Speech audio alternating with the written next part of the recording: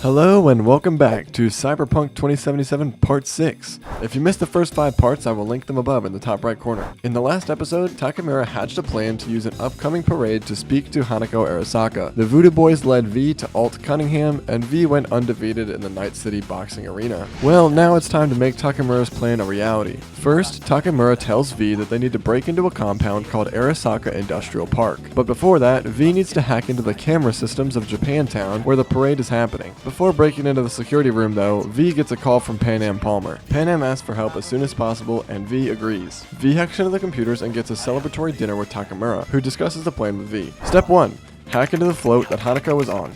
Step 2. Eliminate any guards protecting the parade. Step 3 and 4. Takemura gets on the float and tries to find a way to tell Hanako the truth. It is now time to execute Step 1. So V and Takemura find a high vantage point and analyze the Arasaka Industrial Park. Once they find what they're looking for, V goes to break in, but Takemura is more careful. So they're sitting around and waiting for the cover of night when a little kitty cat climbs up next to them. Cat like any other. Kitty cat! Takemura goes into some Japanese lore, and I'm not even going to try to pronounce this word. Abaka Neko? But in his culture, the cat might be a sign of misfortune.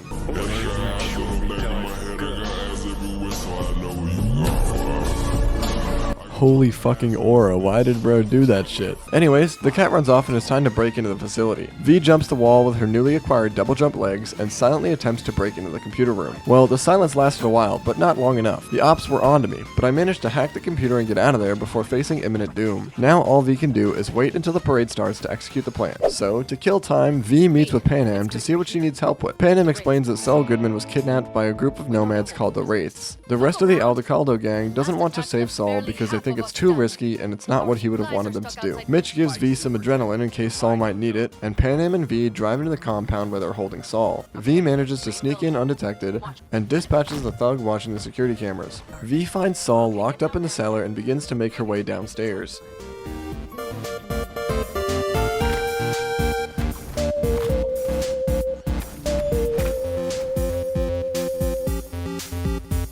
V saves Saul and shoots him up with adrenaline. The two of them escape into the getaway van driven by Panam, but are being chased down by the Wraiths. V and Saul take down the enemy cars and the gang takes refuge in an abandoned house. Panam and V have a romantic unspoken thing back and forth of dialogue, but V gets shot down once again deep into the pit of the friend zone. The next morning, Panam thanks V for the help and gives her the Overwatch sniper rifle as a gesture of thanks. Finally, it's time to hijack the parade with Takemura. Before he can get onto Hanako's float, V needs to take out 3 snipers and a netrunner. So one by one, V begins to take out the snipers.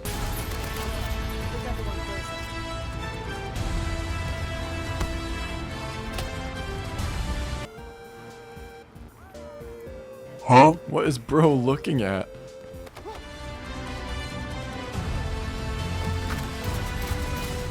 That would be all. After all the snipers are disposed of, Takemura tells V where to find the netrunner who's preventing us from hijacking the float. V tracks her down and pulls the plug, but is interrupted by this dumbass from the last episode. Oh my god, bro. Oh, hell no. This boss fight is so fucking annoying I could go on for hours. When you shoot him, it does damage equivalent to that of a wet napkin, and then he goes fucking invisible and hides out in a corner and heals. Eventually though, I got into a pattern where I used my RAM to overheat him, and when he was invisible I could still see the damage numbers above his head. I know, massive brain. Once I actually got a hang of the boss fight though, he went down pretty quickly. V taps into the security of Hanako's building and eavesdrops on a call between her and Yorinobu. Hanako is worried that she's in danger and wants to cancel the parade. This is basically how that conversation went. Discord! Yeah? Stop it! No!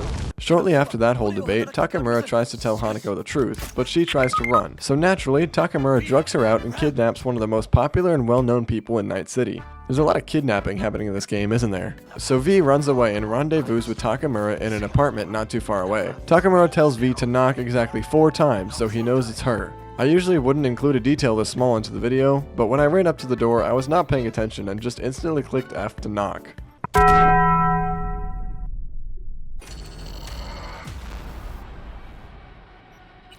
Well, let's try that again. Takemura invites V inside, and V begins to tell Hanako that she saw Yorinobu kill Saburo. Soon enough though, they hear a strange noise come from outside the door, and when V goes to check on it, the apartment gets blown up.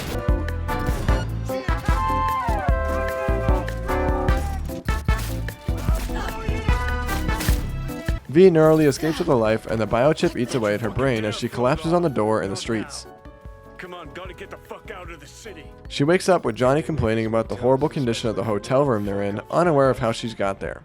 A car pulls up outside and a random woman walks into the hotel room. Turns out this woman was a buffer between V and Hanako, allowing them to communicate through the eyes and ears of this person. Hanako says they're in a big pile of crap and asks V for more information. V wants to know what Hanako knows about Mikoshi. She explains that Mikoshi is like a prison for people's psyches, but we already knew this. Hanako is impressed by the information that V has already put together, but requests that the rest of their business is done in person, despite needing to take extreme caution.